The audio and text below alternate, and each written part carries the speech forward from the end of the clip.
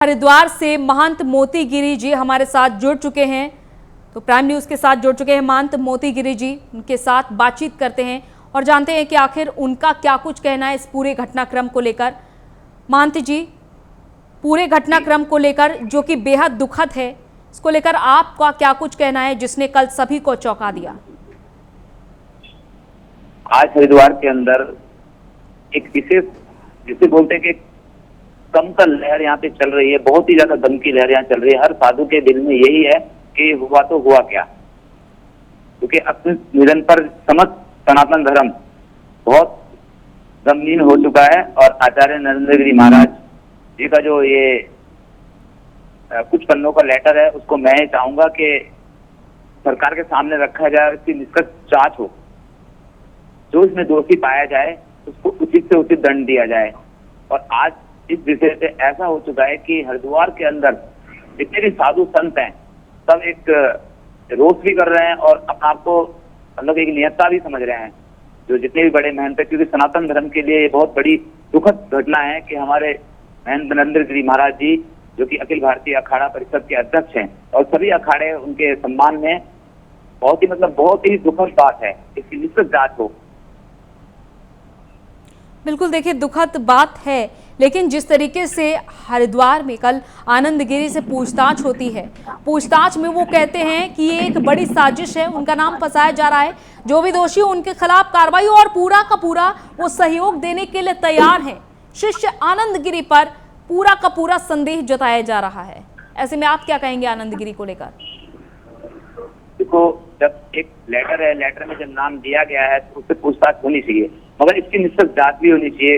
हो सकता है कि ना भी हो और हो सकता है हो भी, तो इसमें तो हम कुछ नहीं कह पाएंगे, क्योंकि बहुत ही अनर्थ और बहुत ही दुर्घटना ऐसी है कि मैं कुछ बोल नहीं पा रहा हूँ इसमें। क्योंकि मेरे अंदर भी एक दम है कि हमारे सनातन धर्म के गुरु आचार्य जो हमें आज शिक्षा देते, आज वो इस धरती पे, इस पृथ्वी पे नहीं रहे हैं। मैं उनको नमन भी करता हूँ। तो इसके लिए तो मैं यही कहूंगा कि आप एक निष्पक्ष जांच कराई जाए इसकी, क्योंकि अभी बोलने से कोई फायदा ही नहीं है। क्योंकि सारे संत और सारे महात्मा और छोटे बड़े जितने ही महात्मा सारे दुख में हैं और वो यही चाहते हैं कि एक निष्पक्ष जांच हो, उसके बाद निर्णय लिया जाए।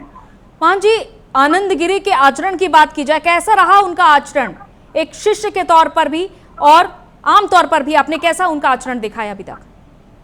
देखो, शिष्य और गुरु की तो हमेशा थोड़ी बहुत अनबन होती है, मगर कभी शिष्य अपने गुरु को ऐसी दुर्घटना या ऐसा दुख नहीं पहुंचा सकता है।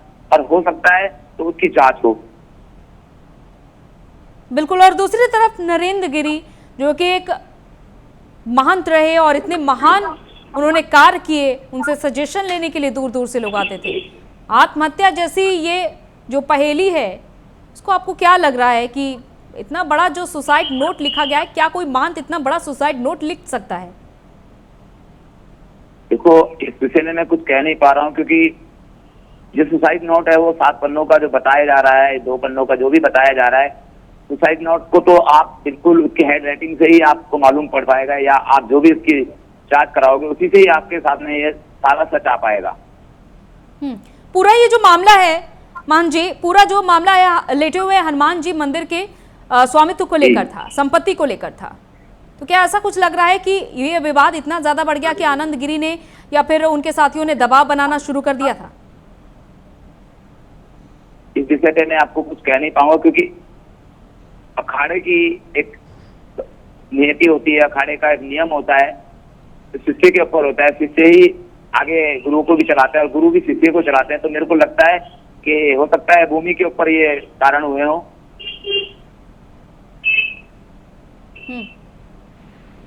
चलिए, बहुत बहुत शुक्रिया हमारे साथ जुड़ने के लिए, तमाम बातचीत करने के लिए महान जी।